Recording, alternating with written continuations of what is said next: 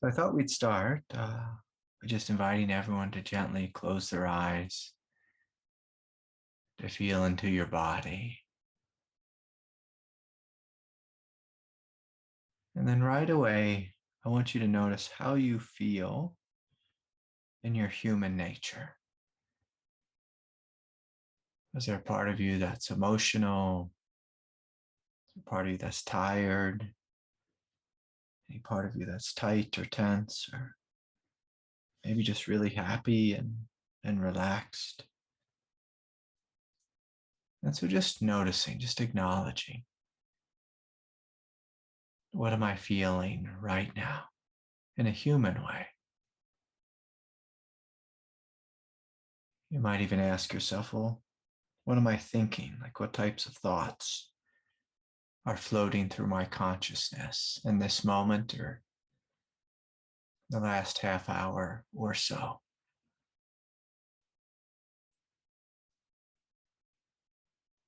So what have I been thinking? And what have I been feeling? So just noticing these two things. And then I'm going to invite us, just to play with this inquiry.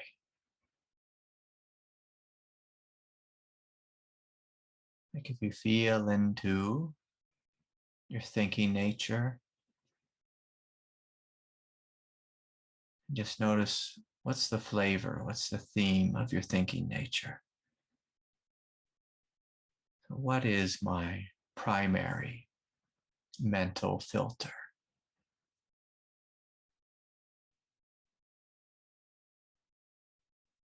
What is that like? How do I experience that?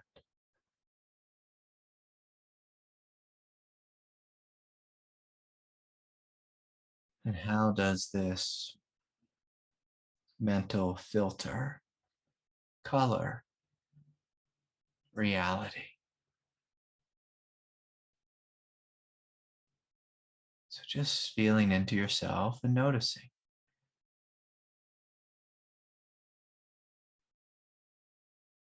What types of thoughts hang out in your consciousness? And these very thoughts,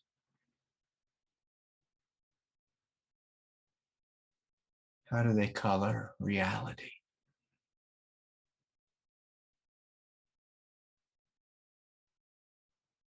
And so as we inquire or sit with this question, I encourage you to not judge your thoughts.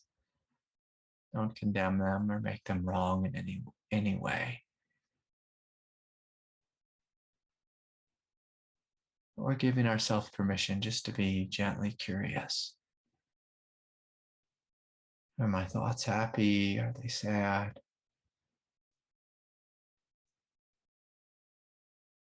Do they view the world as a safe place, a good place?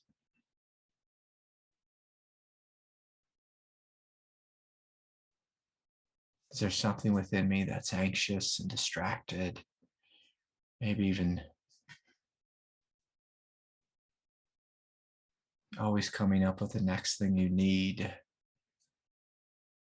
where distraction mixes with desire as a way to avoid. And so as you feel into yourself, just noticing, what is your primary mental filter of reality? What is that like? What's the flavor? What's the theme? And as you feel and experience a little bit more deeply in the body, what's your primary emotional filter or outlook?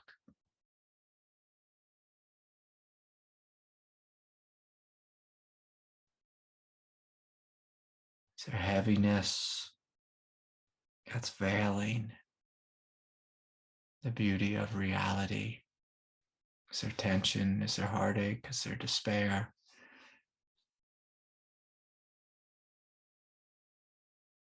Is there joy? That's a possibility. Is the heart open and relaxed? Or is there a heavy, dense filter there?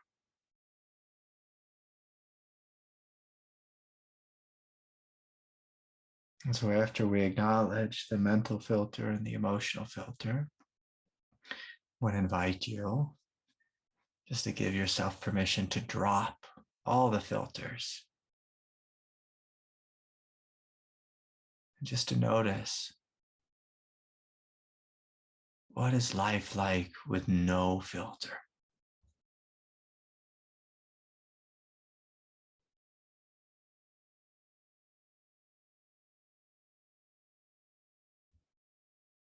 What do you see? What do you feel? What do you experience when you let go of all filters?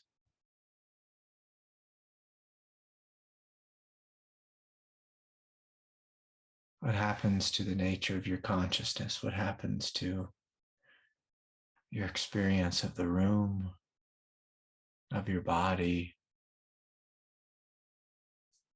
if you let go of any and all filters?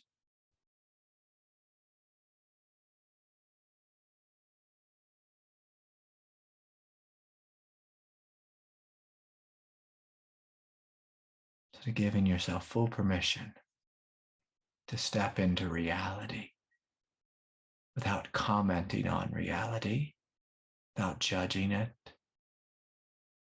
but simply noticing, like, what is your experience like? What is your consciousness like with no filters? What is this moment like with no filter?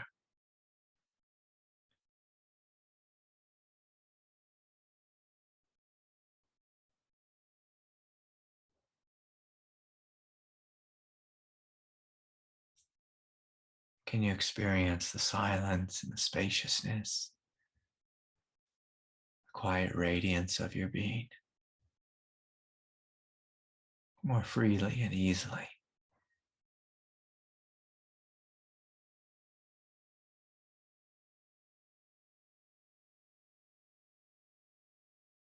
And so you can open your eyes if you like. You can keep them closed and stay with your experience, whatever feels good and true to you. And I'm going to invite you, some of you in the group, if you feel like playing along a little bit, just put in the chat, what your mental filter was, like the mental outlook of life, what your emotional outlook was or is.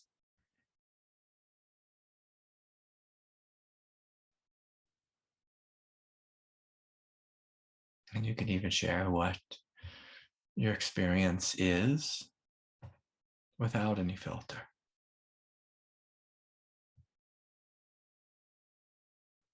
And as you play around with the chat,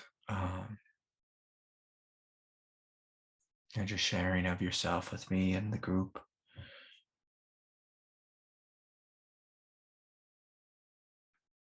I'm going to share kind of a funny experience. I have a little girl. She's 8 years old. No, she's 7. I keep thinking she's 8 because she's so big. And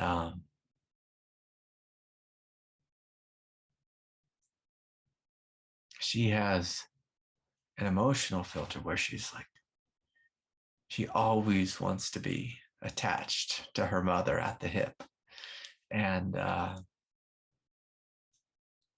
she just loves her mom so much. And I've said this a lot, that my daughter loves her mom so much. Doodles, he was my dog once upon a time. And, I fell in love with this lady. And then Doodles fell in love with the lady. And Doodles is just completely attached to mom, just like my daughter is. And they both whine and moan if they can't be just right there connected to mom. And I see on the weekends that this drives mom a little bit crazy because she can't get a moment to herself. So sometimes I'll tell my little girl, I'll say, "Hey, sweetie, we're gonna have a daddy day," and she'll fall to pieces on the floor and whine and moan and scream and kick and go back and forth to her mom, trying to tell her mom, "No, don't leave me alone with dad.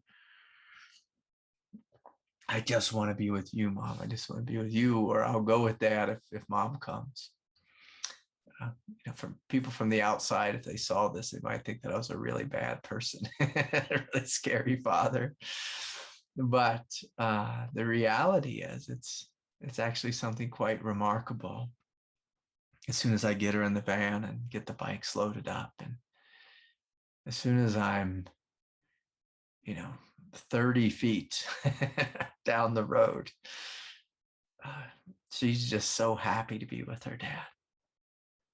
So happy, just so when we have such a great time together. She kept telling me throughout the day, "Daddy, I love you so much." And I know I've used this story a lot, but it shows that she has this filter, like some type of emotional wound. I think it has to do with some in a previous incarnation where she was separated from mom. In this lifetime, she has a great life.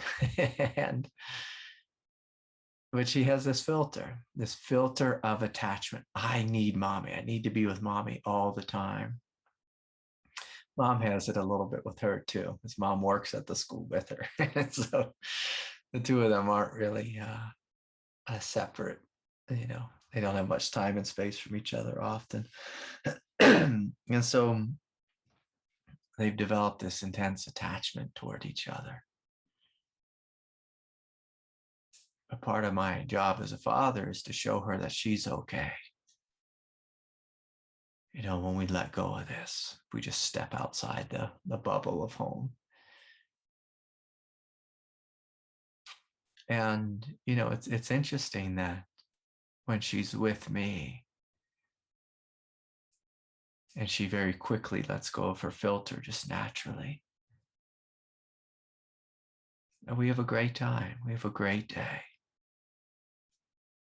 Like we had just such a lovely time today. And I took her on a mountain bike ride and to a horse farm and, out to this lake and saw all the trees and the fall colors. And without a filter, we see the beauty of this world. We experience the blueness of the Colorado sky, saw the sun glistening on the lake, saw fall leaves, just blowing in the wind. We got to meet Charlie, who's a 14-year-old horse, and pet Charlie on the third eye and see how beauty Charlie is. But when we have a filter, we're not in the moment. We're in some other moment, wishing or thinking or desiring or attaching or strategizing or thinking how we should be working and making money, or we should be making more money, life should be fair, or whatever it is. I've noticed that one of the new filters that I've developed is long haul COVID filter. And so it's kind of a filter of despair that sometimes comes into me. Like yesterday, I had a almost horrific day because I couldn't breathe for no apparent reason. I just took my little girl to her soccer games and I could barely walk from the van to the field. I laid down in the field and could barely hold myself up to watch her play. And my mind, was just coming at me with like, I hate this place. I got to get out of this place because there's no oxygen where I live, or there's less. There's less oxygen than most of you folks at sea level. And it was interesting for me because like I noticed that it was such a beautiful day, warm, vibrant sun just shining on my body. I was with my little girl and my wife, and I was watching her play ball, and it was otherwise just perfect day. And I had my little, oxygen meter so I could check my oxygen to make sure I wasn't going to collapse dead there. And, it said I was okay. But my emotional mind, my physical mind, my mental mind, all were just giving me this giant filter. You were unsafe. And it was true that I had trouble breathing. That was certainly true. But it's funny. It's funny when we have these filters and, we start to have thoughts, like I normally wouldn't have a thought that I hate where I live. I actually love where I live. But when you can't breathe because you live on a mountain, sometimes the filter of anxiety comes forward. And it's hard to see clearly. See clearly. And as I began to see clearly, I just realized, I needed one of these things. I'll demonstrate for you. Just to give myself some oxygen. I just needed some oxygen. And then I can see clearly again. I can see clearly. In fact, if I'm truly honest, I could see clearly the whole time. I was seeing clearly that my mind was going into a state of panic, or my body was going into panic because it felt like it was suffocating. And so it's a wild thing being human. It's a wild thing. And if we want to live in reality, we have to step back out of the filters of mind. And just notice what's happening. And even though I was having a really hard day, when I stepped back from the difficulty, I could see that my mind was painting a picture, a story that wasn't necessarily true. It was true. I was having a hard time. It was not true that I was dying. It was not true that I was dying. And sometimes our mind just goes, it brings out the big guns. You're dying. You're dying. So if I kind of click around and look in the group here, I see this is a common experience of anxiety, whether it's anxiety of the present or anxiety of the future, emotional feelings of drudging through life.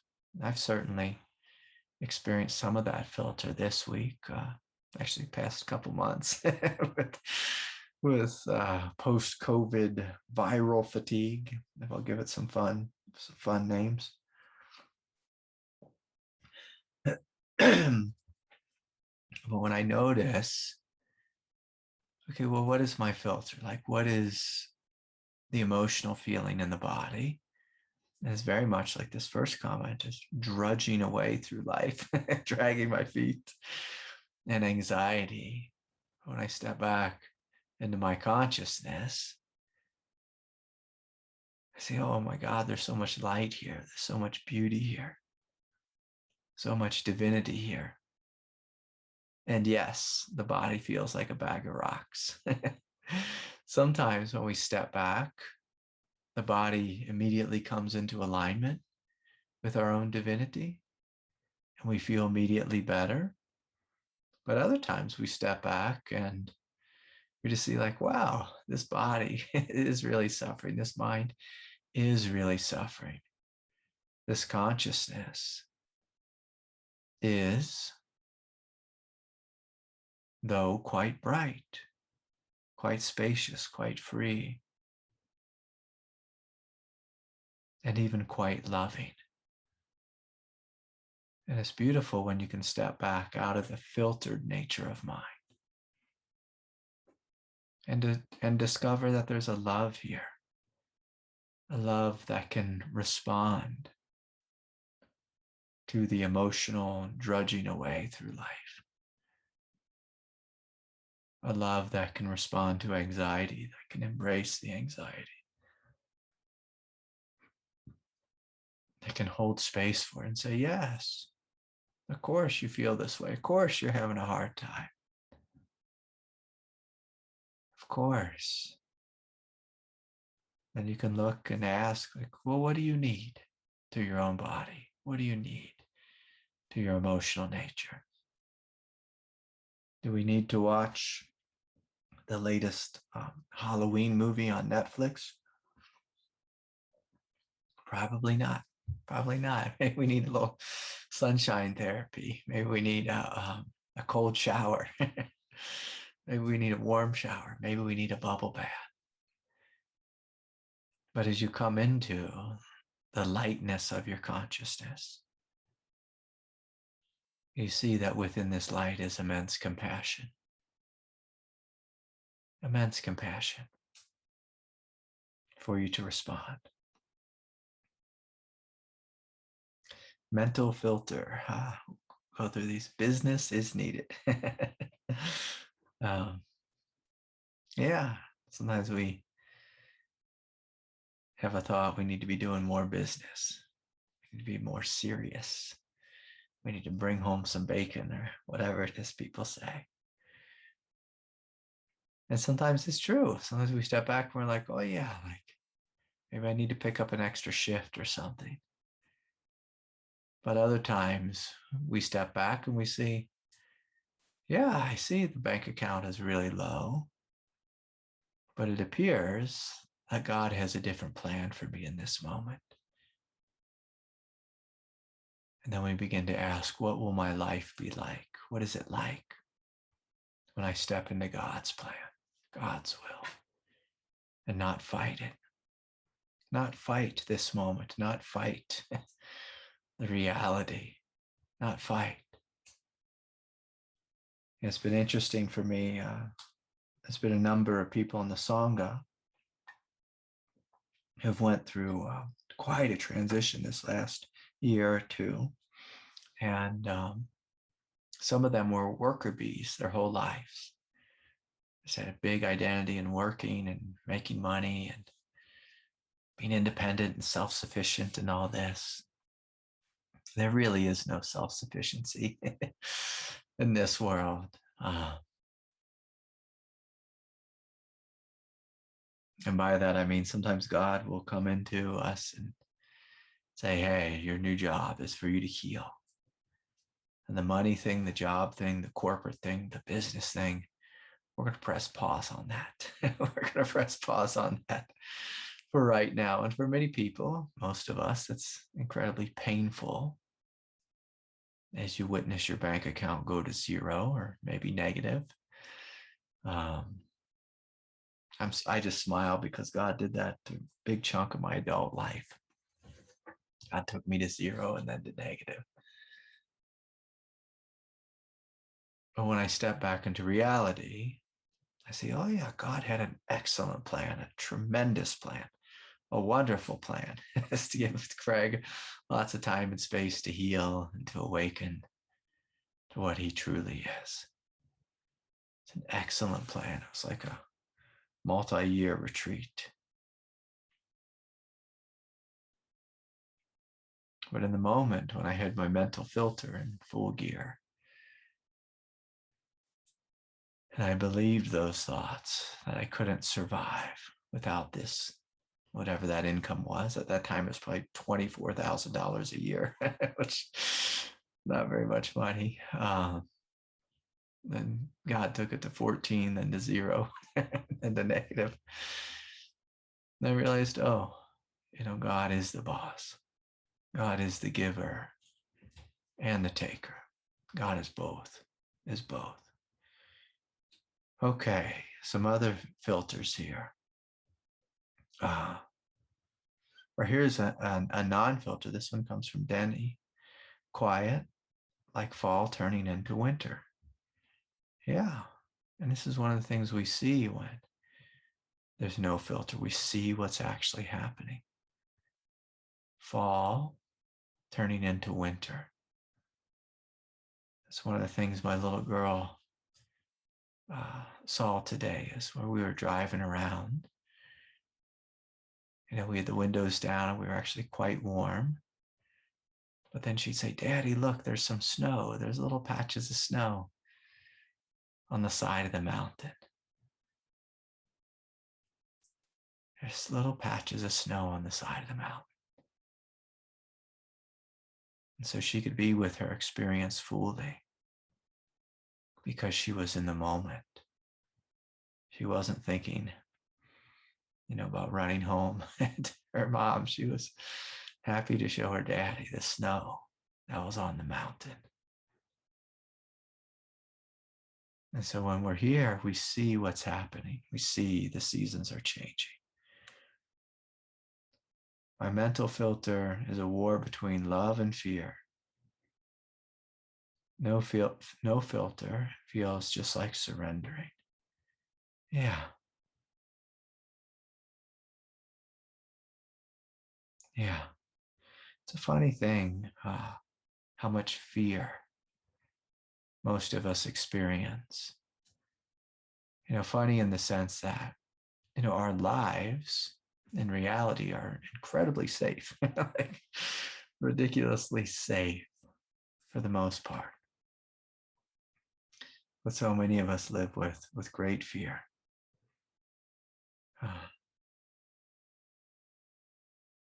Someone, Anne writes, without the filter of anxiety, life seems fun.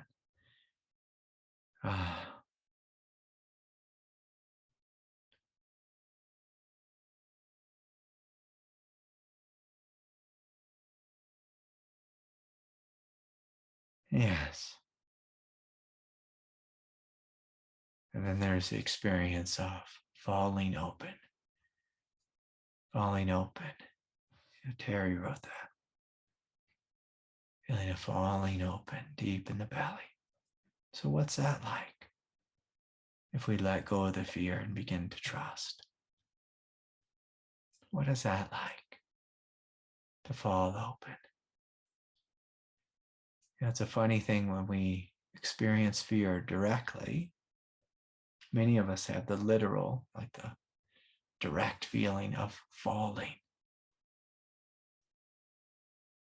And if you allow yourself to fall in your experience, we fall open. We fall through the fear. We fall into openness. Openness. Which is quite different than just living in a filter of, I know it, I know everything, or I'm afraid of everything. So, if anyone has a question or anything they'd like to share, ask, please raise your hand, bring it forward. Otherwise, I'm feeling quite empty right now.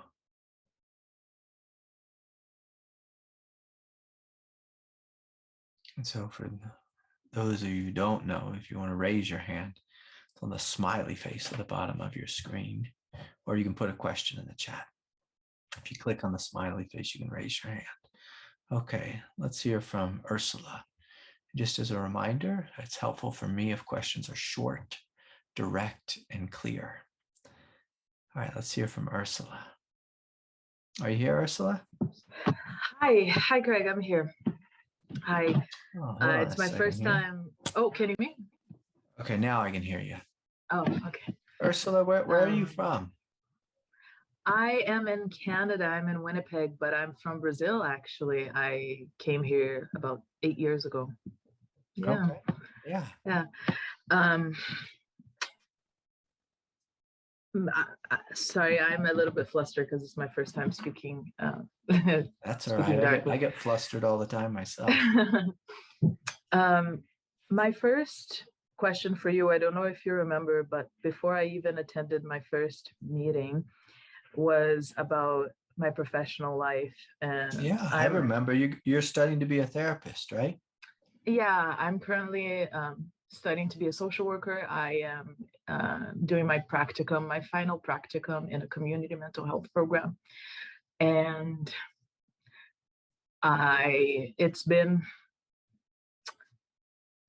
it's just been challenging because it's crazy how the social work profession really has spiritual and moral roots, and that's the reason that I was drawn to it and drawn to working with mental health and with people, and I feel like I'm really good at it. I feel like I really come alive when I am Yes. talking to people, but it's just so I feel so alone, and I feel like I relate more to the clients than to my peers. A Tell lot me of why that is. Because a lot of social workers, uh, I feel, may have started with the pure intention of helping others, but are feeling weighed down by the system Yeah. and just let that take over. And when I come in, I I have no, I have a 4.0 GPA. I'm a really good student, so I know things. It's not like I'm naive and coming in and be like, oh yeah, let's just love, it is just love, but it's also grounded in there's an empirical base to what I'm saying, and I feel like people sometimes don't take me seriously, and there's a lot of shame involved, and it would just be nice to hear some reassurance from you. I Yeah. guess I don't have a specific question, Yeah, but of course. Ursula, yeah, let me ask you a fun question. How old are you? I am 28. 28. Yeah. Yeah. And so, it's an interesting thing when you have a big heart, when you have a clear mind, when you're bright and you want to give of yourself. And we're young, because when we come into the world and we have all these talents and these abilities, sometimes people don't take us seriously. They just look at our, they see our youthfulness and they have trouble realizing that, oh, like this person is actually an old soul.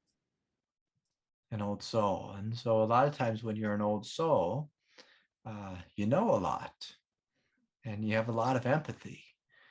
And a lot of times old souls just recognize like, my God, this this world needs help. And so, so you tend to come into this world and you tend to get right to work. And that's a beautiful thing. That's a beautiful thing. And so, the biggest gift, and I think I said this to you before, the biggest gift that you can give your clients that's coming to you is for you to take them seriously. And by that, I mean, you see them as God, you see them as divine, you see them as holy. And when you do that, it lights a spark within them. It's a reminder to them. And you may find that, like at first, when people see you, whether it's your colleagues or whether it's your clients, that they might not take you seriously. But if they sit down in a chair and sit across from you and spend 5 minutes with you, they realize, oh, wow, like I actually feel pretty good here. And like back to like that filter thing I was speaking about in the beginning, they might have the filter of, that you have to have like this kind of stuff. What is this? Is gray hair. Gray hair, to be a psychologist or something, or to have wisdom. They may have that thought in their head, just even unconsciously, that's just a filter. But when they sit down in the chair and you help them to relax and they begin to feel your presence, they might notice that reality is just kind of snuck in the back door with them, that they're starting to feel better. They're starting to feel hope and support. And at the end of the session, they've forgotten you know, how old you are. They've seen past that filter. And they say, oh, I like this woman. I want to be with her. And I want to be in her office and have her support me. Because she actually cares. She doesn't have the filter of, what's it called? Burnout, which is a common thing in social work. It is. It's like a disease in agency work. And it's one of the reasons I left it about as quickly as I stepped into it.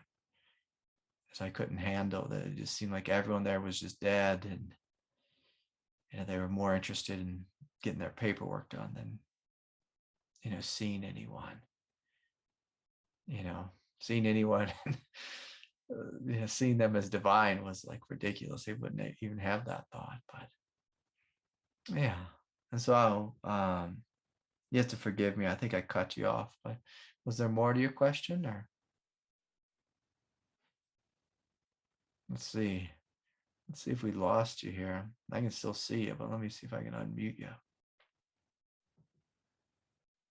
Yeah, are you there, Ursula? Yes, thank you. Thank you so much. No, that was all I just do. Yeah, I was looking for some reassurance, because sometimes when you're trying to be brave and stand in your truth, because you just know, right? And you want to be a full embodiment of that at all times.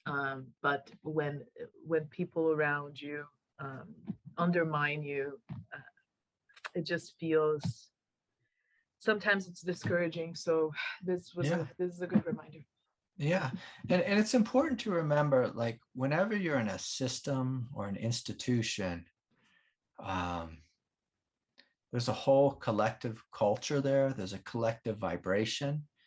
And I mean, I can say this, let's see if there's a way I can say it PC.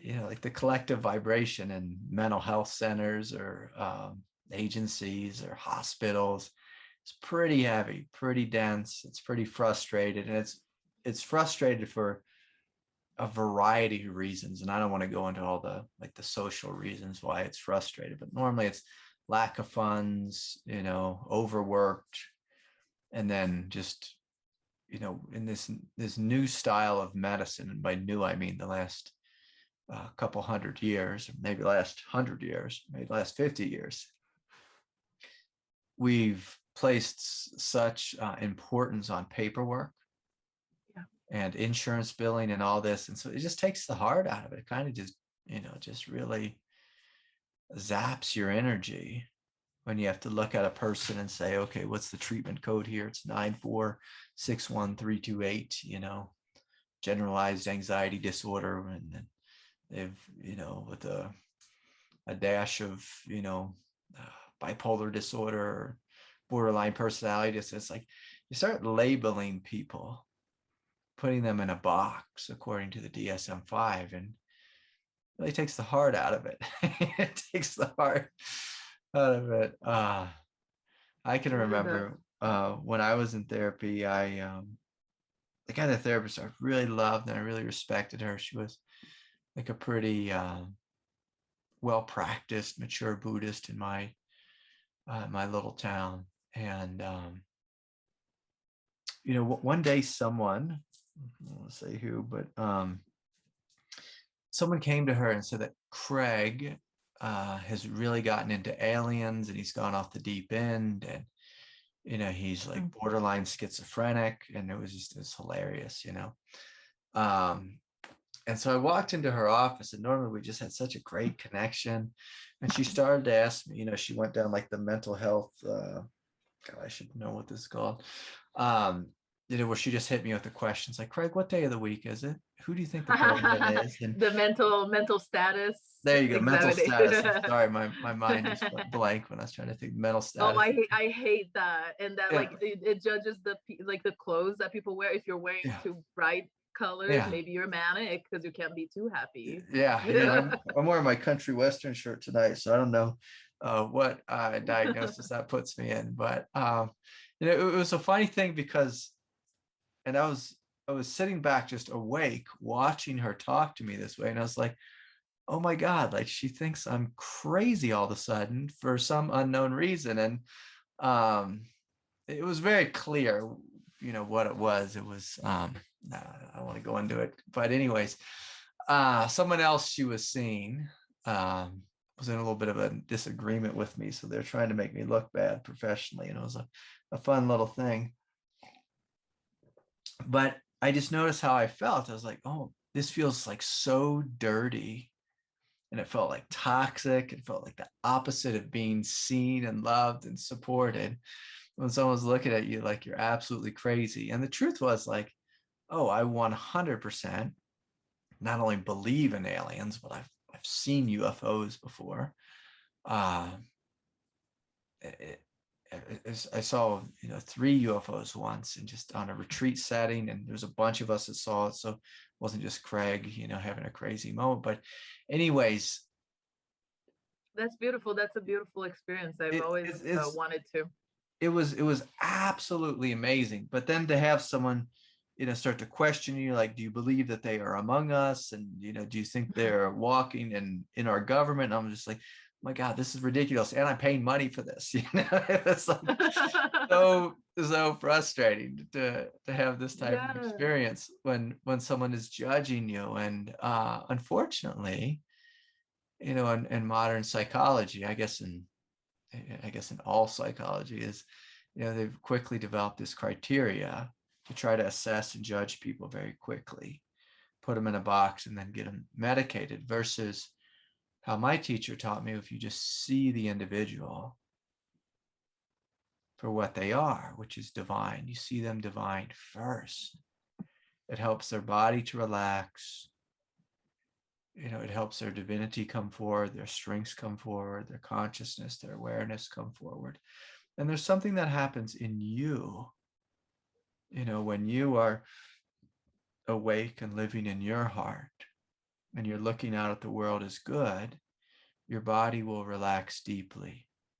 You will feel good. You will feel holy as you see those around you as holy. And it doesn't mean you can also say, Matt Kahn, he says this fun thing. He says, like, he said to me, he said, Craig, we're all just drunk angels. In the sense, like, everyone's an angel, but sometimes they're drunk angels. Like sometimes they're an angel with legitimate bipolar disorder, and we want to be able to acknowledge that.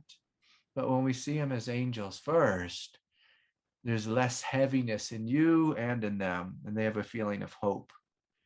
They have a feeling of hope. And I can't tell you how many calls I've gotten in the past from people who are legitimately having schizophrenic episodes, and they're in the jail, and I'm getting a call from like a parole officer or a sheriff or someone saying, Craig, you are the only person they will talk to.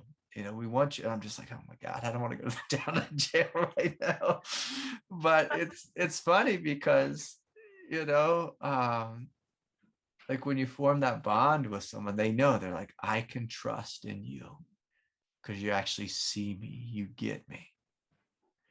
Yeah. And if you're able to do this, if you're able to keep your heart open and alive, not take the paperwork and the meetings and all the reporting too seriously, you'll be able to stay at that type of job longer.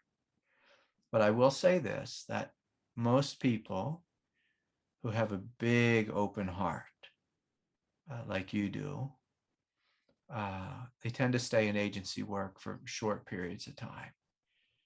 And then they immediately want to go into private practice or to a holistic health center, so something that's, more inclusive. It's because it's hard to have a big open heart, an empathetic heart, and have this be a bright light.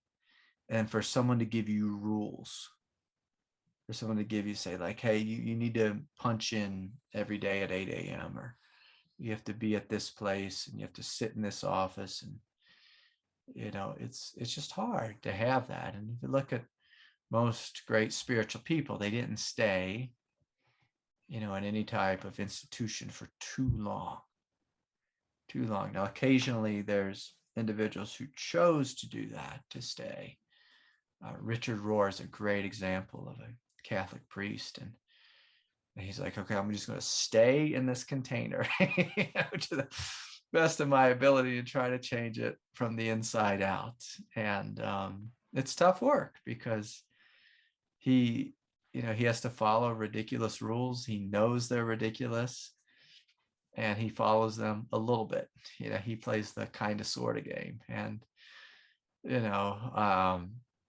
most of us, like when we have a big spiritual heart, we tend to be somewhat rebellious in our nature, because to step out of samsara, means we have to be rebellious, as we're saying no to the silliness of life. And we're saying yes to the truth, to the love, and to the peace, which is really what life is.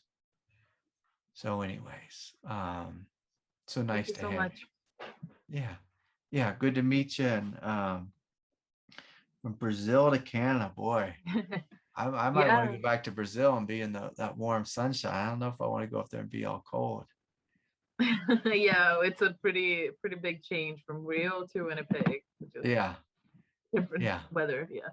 Yes, something else. So anyways, well, Ursula, nice to finally meet you, and good to see you this evening. And thanks for being brave enough to raise your hand. Yeah, good to see you. All right. Let's see. Well, Kyle has a question. Let's hear from Kyle. Are you here, Kyle? Yeah, I'm here. Can you guys hear me? We can hear you. Yeah.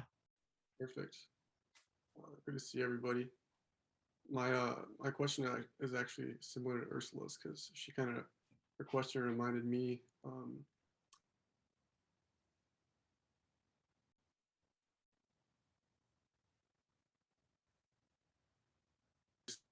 institution in the way that, like, how you have like curriculums, grades, and student ID numbers, and for me it gets not just a little bit, very frustrating, like being in an institution like that.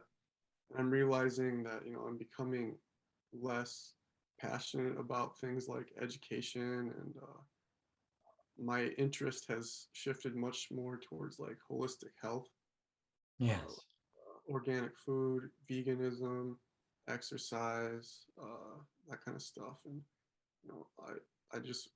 I feel that I want to make the career switch, but it's like the question is like when, and I think also like a pay decrease would probably happen.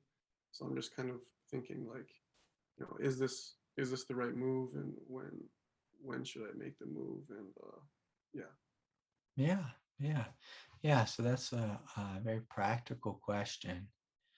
And this is an interesting question, because it's really a question of vocation. And so for all of us in the room, I encourage you to look into your heart, look into your experience, and to ask what's true for you. Like, what's true? Like, what type of life do you want to live? And what gifts did God give you? Like, what gifts?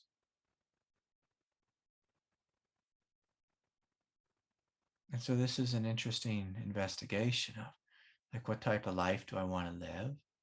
And what are my gifts?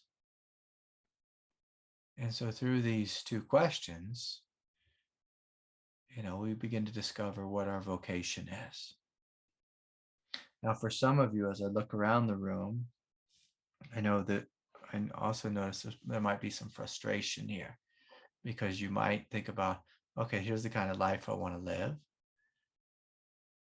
And, here are my gifts. But God has put this giant roadblock in front of me. And so normally the roadblock is I need to heal first, or I need to grow first.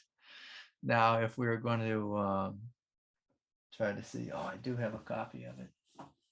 Some of you will be able to laugh at me right now. if we just pick up this book, The Secret, it says just think it and you will become it. And, it's a funny thing because from one perspective, it's absolutely true. We think it and immediately it begins to start to come into reality if everything is in alignment with us. And so, Kyle, if you're at a point in your life where you have these great interests of, say, spirituality and holistic medicine and healing and veganism, and, if you just have those thoughts and you are in total alignment with your power and your truth and your strength and your expression is, 100% on, then immediately you quit your job as a teacher and you go out and you build a holistic health center, and you are immediately infused with, investors and clients waiting to see you and speak with you. But if that is not the case, which is why I laugh at this book, The Secret, well, then God has a different plan. And this is a plan that most of us hate, is that oftentimes God will take you through a dark night or growing pains in order to test or to build your strength, your will, your confidence in that very gift. In that very gift. And so most often when every spiritual teacher starts teaching, or every healer starts working, oftentimes the first thing they're met with is challenge. And if we look at, well, what's the purpose in challenge? Challenge gives you an opportunity to grow into what you are. It gives you an opportunity to ask, do I actually believe in this? Do I believe in this? Do I actually believe that I can do this? If any of you know the story, it's almost like a pop story. It's questionable whether it's 100% true. I'd like to think it's true. But the story of Rocky, the story of Sylvester Stallone making the movie, is a great story if you ever Google it on the internet. I'll see if I can, tell it without butchering it too much. But he wrote this script, for the movie, and he wanted to produce it and everything. He wanted to star in it. And basically everyone he brought it to just laughed at him. They thought it was just total junk. And he kept, trying to put it out there, and, he went broke, him trying to get this movie started. And he was so broke one day, I think he had to sell his own dog. He stood outside the liquor store and sold his dog. Now, what you think about how poor you got to be to sell your dog. What a tough place in life you have to be. But he believed in himself. He didn't give up on his dream. But people told him, you can't act, you're not a director. You can't, you don't know what you're doing. The story, I don't know. It sounds like a pipe dream here. But he kept pushing it again and again and again. And he didn't give up on it. And then, of course, if you see, Homeboy now, it's like, my God, he made so much money with that series. I think he might have won an Oscar or something. But and he believed in himself.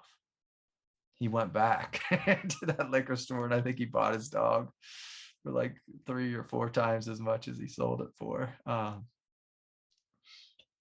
But it's like that. It's like you believe in yourself and you keep putting yourself out there and you keep walking in that direction. But sometimes God will take you into the desert and ask you, do you really believe in this? Do you really believe in this? Truly. And as you do so, as you walk in that direction, you build the spiritual backbone. And sometimes it's your friends that question you, or your parents, or colleagues, or whatever. when I first started, I had a similar idea. I worked for my teacher always. Then I had a part-time teaching job, teaching high school, like you're doing. And I knew there was something good there. I knew I had the archetype as a teacher, but teaching, and I'm going to use this word, disgruntled youth. It wasn't really where I wanted to be. I worked with really tough kids and they loved me and I loved them, but I knew it wasn't my highest truth. So eventually I quit and I went back, dedicating more of my time or just energy with my teacher. And then eventually, my teacher kept saying, you have this gift, Craig. So I said, okay. And instead of just renting a little office and waiting for people to find me in the phone book,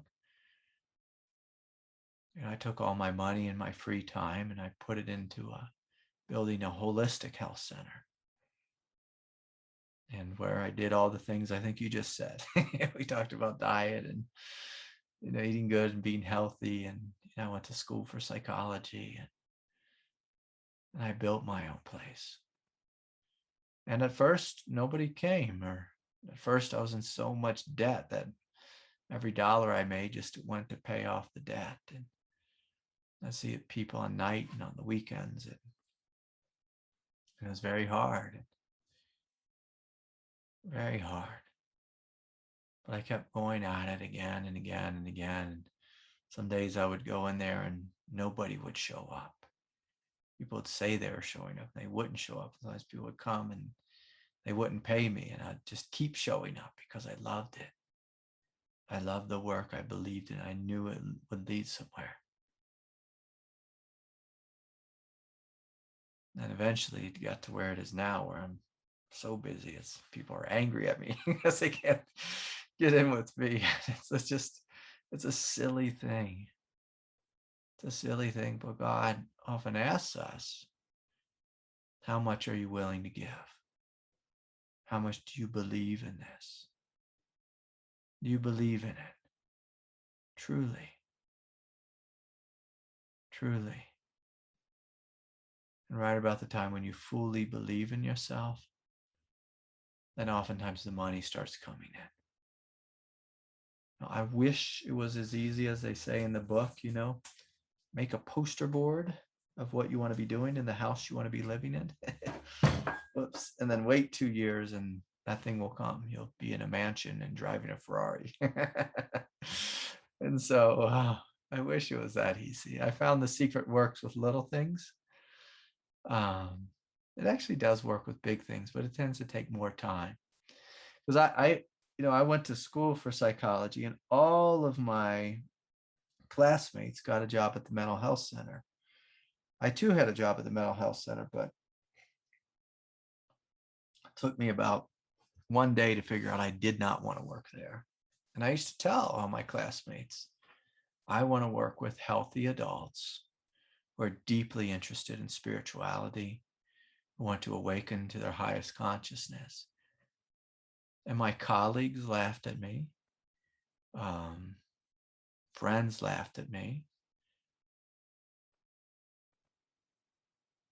My classmates, in the master's program, they laughed at me as well. But it came. You are the people I want to be with. You are the people. And I put it out there to God. I said, I want to work with people just like me. Just like me. People who have big hearts, who want to awaken to something higher. That's who I want to work with. And my colleagues who did not say that, they just went along with the collective thoughts of money and security. And they were much more financially secure right out of graduate school than I was. I was broke when I got out of school. And I wasn't going to work in an agency for the rest of my life, but they chose to. And so they chose security. And so sometimes God asks us this question: do you want security or do you want the truth? The funny thing is when you chase truth, you actually get a greater security than if you chase security. But I'm not, I'm not going to paint you a rosy picture like The Secret where you just make a poster board, then you get it a couple days later or whatever. Not always like that. Sometimes God makes us struggle on purpose to develop this thing called backbone. And the beautiful thing about backbone is with backbone, then you can speak with authority because you've lived through hell. You've lived through hell. But when we haven't lived through hell, it's very difficult to speak with authority. We can speak with hope, hopefulness, which is a beautiful thing. That's different than authority. I like to have both. I like both.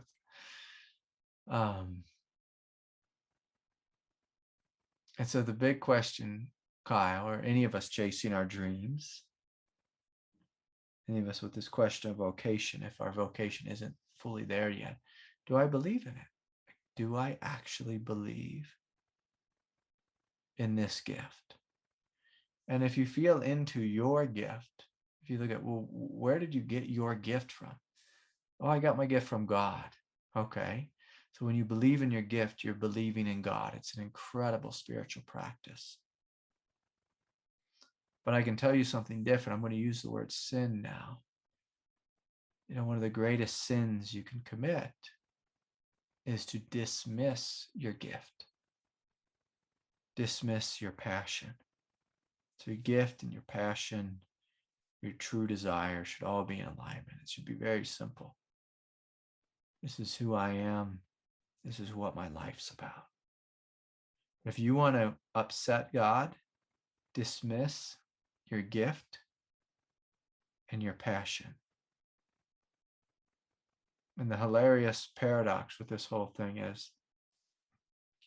is your gift is really your job description that God has given you.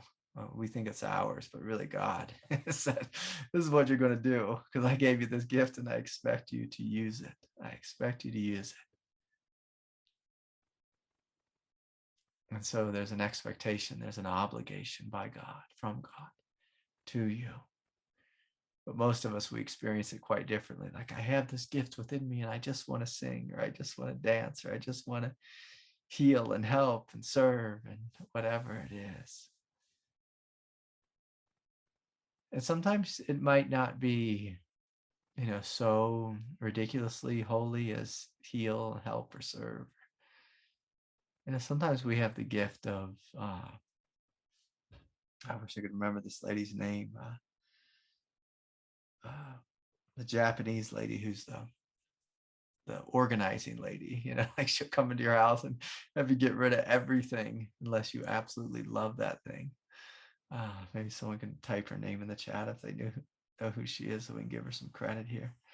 Here we go. Maria Kondu. I hope I pronounced that correct. Yeah, or she has a gift of organization. Yeah, some of us have the gift of just being an incredible mother or father. That's not a just, that's a saintly job. Some of us have a gift to be a nurse. Some of us have the gift to fix things. Or,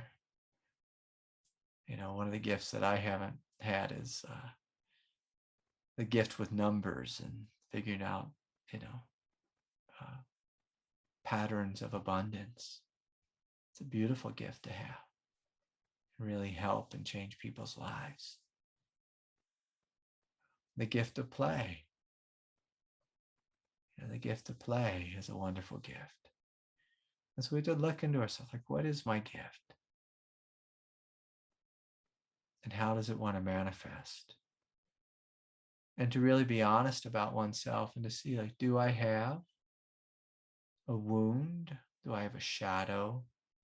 Do I have some kind of block? Do I have a negative belief system such as, oh, me, I can't sing, or I shouldn't sing, or someone else is better. I can't heal, or I'm too old or too young, or too big, too small, too whatever. to whatever. And do we have this? Do we have this? These negative belief systems that we have to overcome. And for most of us, that's a yes, a big yes. And then again, this becomes a big part of our spiritual path is what are my veils? Now, for those of you who your vocation in this moment is to heal, sometimes our veil is despair. I once had the veil of despair in a massive way. And I just thought this pain would go on forever. It would just go on and on and on and on. My teacher would say to me again and again, get your head out of despair. Like, get out of the gutter. Lift yourself up. You will get through this, Craig. You will. And so I'll say that same thing to you. You will heal. You will get through this. What's within you wants to come out. And God doesn't make a mistake. God doesn't give you a gift and then tell you you can't use it. God plays a different game, gives you a gift and says, I want you to figure out how to use this thing. And sometimes that means you have to heal first, or you have to overcome great odds, or you have to do you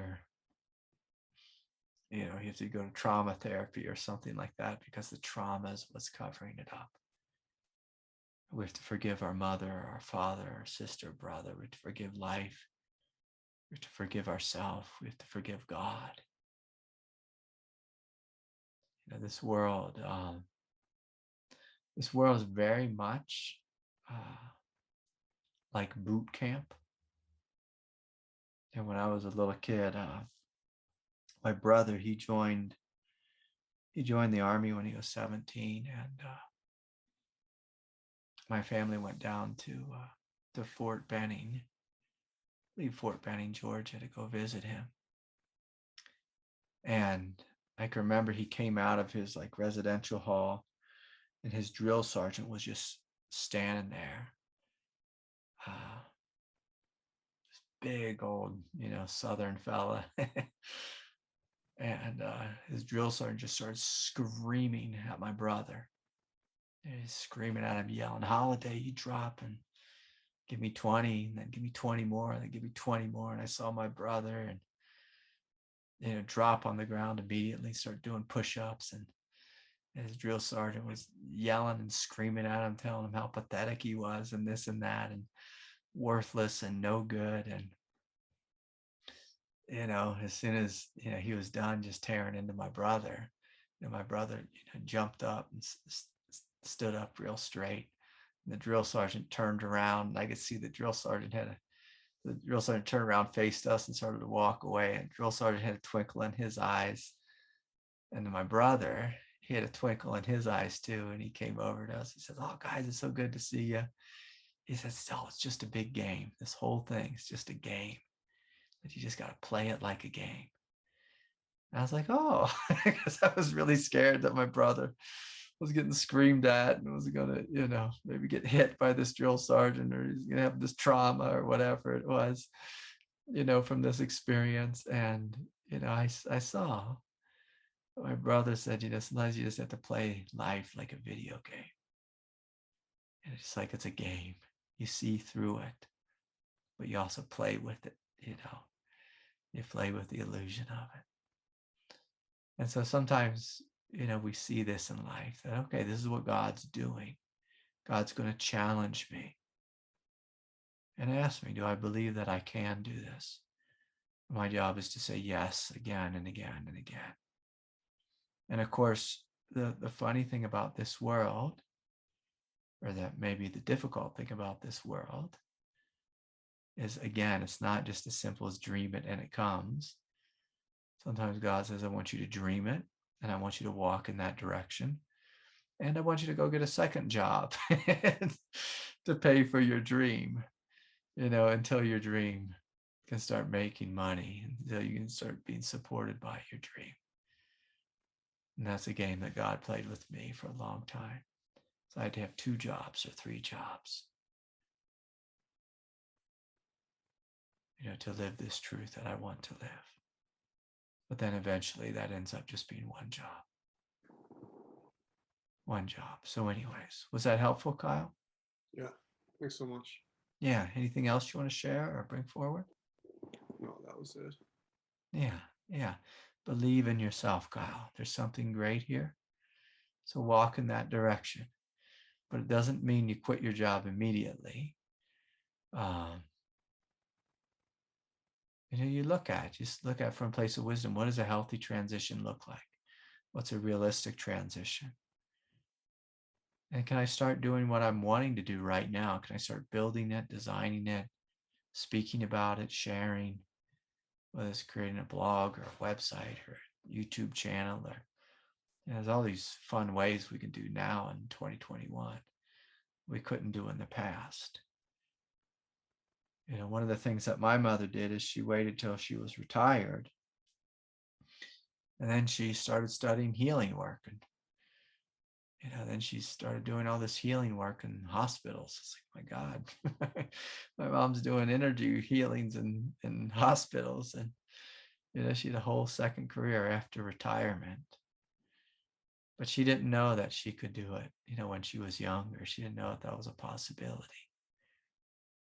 But it certainly is for those here, that we can begin sometime soon. But if we want to be fully supported by it, that might take some time. Yeah, so good to see you, Kyle. All right. If anyone else has a question or anything else they want to bring forward in the chat. Justina writes, I'm a fellow therapist and alien believer too.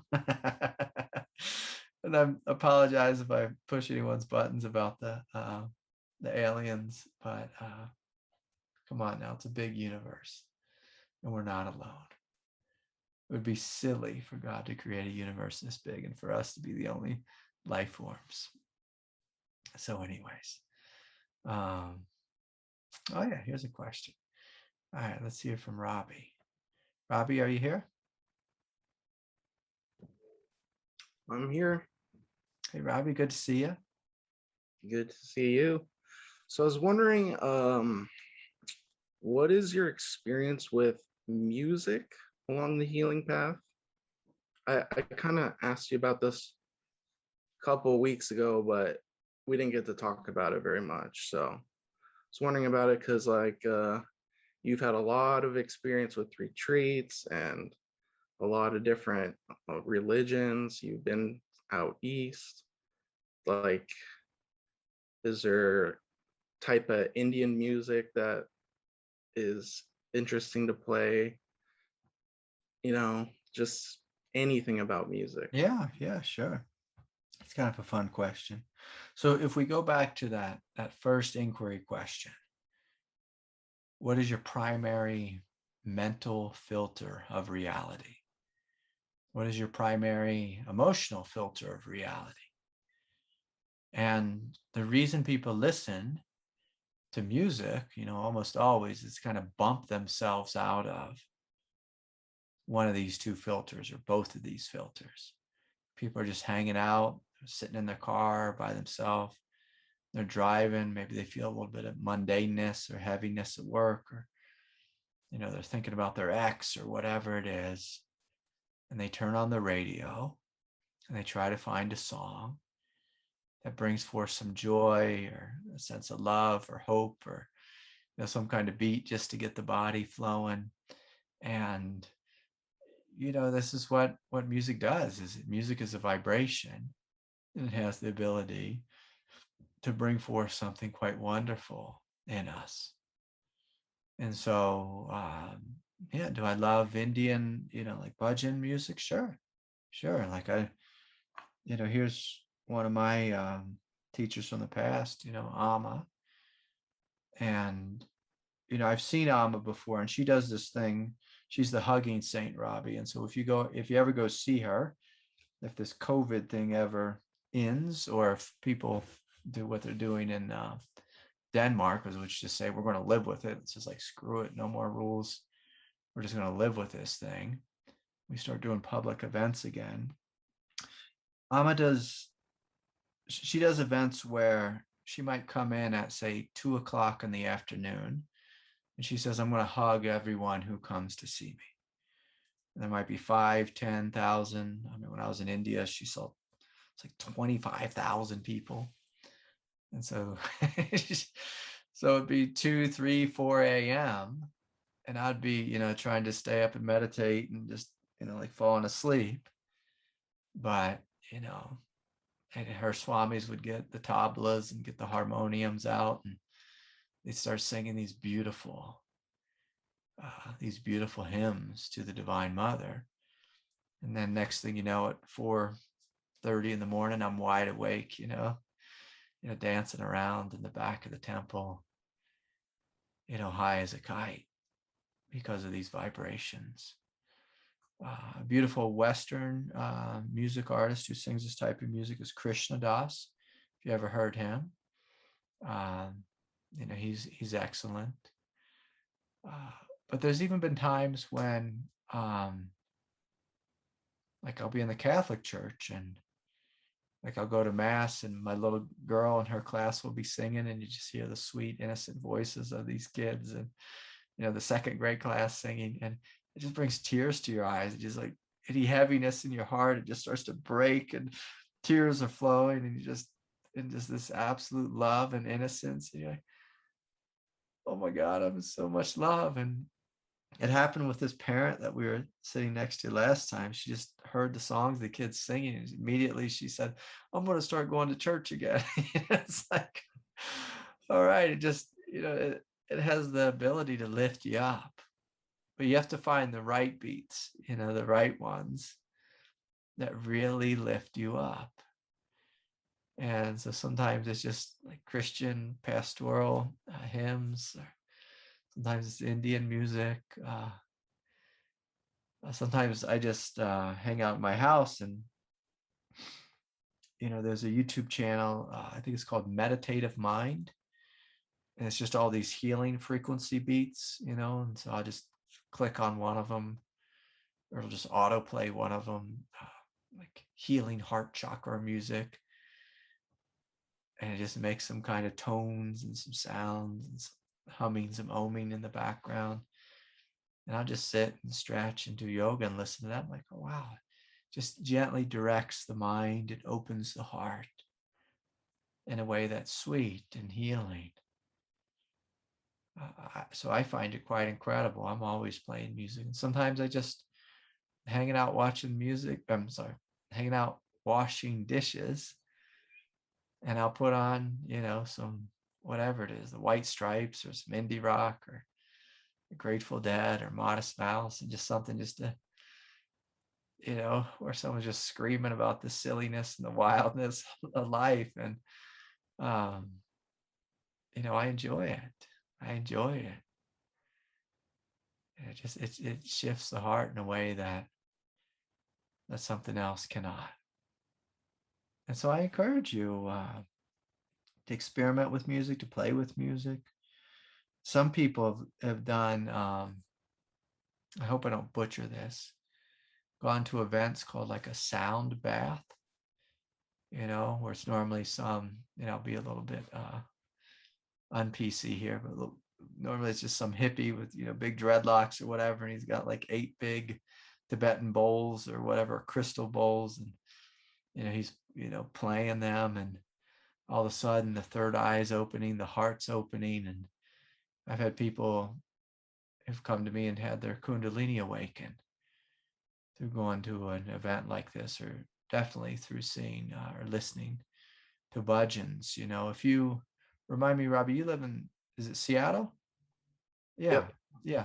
So in Seattle, like on a Friday night, if you guys are doing in-person stuff, if Oregon has its rules relaxed, you might be able to go to a yoga center and see some live kirtan, live bhajans. And, I've had the time of my life at these type of events, and if you can't go out, if you're struggling in any way, I mean, certainly Google it on YouTube and just Google Krishna Das, and you'll see. I've had incredibly blissful and holy, transformative events, seeing Krishna Das played live, and just, listening to him on YouTube. And so anyways, I encourage you just to play with it. Just to play with different vibrations, especially if we have heaviness in our consciousness in any form. Put on some music that's uplifting and just notice, like, what do you feel in your heart? Does it move you in any way? And if it does, like, let's say, yes, please, I'll have some more of that. I'll have some more of that. So anyways, good to see you, Robbie. Anything else you want to share? Not today. Just testing the waters, asking a question, having fun. Yeah, you did good. Well, thanks for sharing your heart, and thanks for sharing your big smile with us.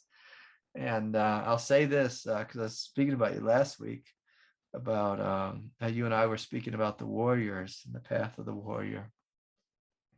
I thought about you yesterday because I watched a little UFC show, and it made me think about you for a minute. So anyways, Cool. It's a funny world out there, funny world. And it's interesting to notice, just going back to your question one last time, is there's vibrations that can uplift you. And then of course there's vibrations that can bring you down real quick, and so you really want to be careful about what you put into your body. What you put in your body, especially if you already have a heavy dose of difficulty or despair. You really want to balance that out with some lightness, lighthearted music, lighthearted, TV or show or entertainment or books or whatever. So we just don't fall down into the trench of despair. So anyways, much love to you, Robbie. Good to see you. Yeah. Okay. This might be a fun Facebook thread topic. I know so many folks have leaned on music in the way Craig speaks to connect with trust, with love, etc., through the ups and downs of life. Yeah, absolutely. It's just what beats, what beats uplift your heart. What beats uplift your heart. It'd be a great thread. So anyways, and share, it'd be fun to share different playlists, for each other, because the funny thing about music is a lot of us, we tend to just listen to the same old stuff over and over again. It's nice to have a new DJ in the room as well. Louise writes, movies can be healing too. Recently she watched Ghost last night, and it was facilitated some deep healing. All right. Yeah, that's a good one. Okay. So anyways, well, thanks everyone for sharing. I'm just looking to make sure I did everything. All right. Thank you for your generosity. Thank you for sharing your heart with me. So much love to each and every one of you. Good night, everyone.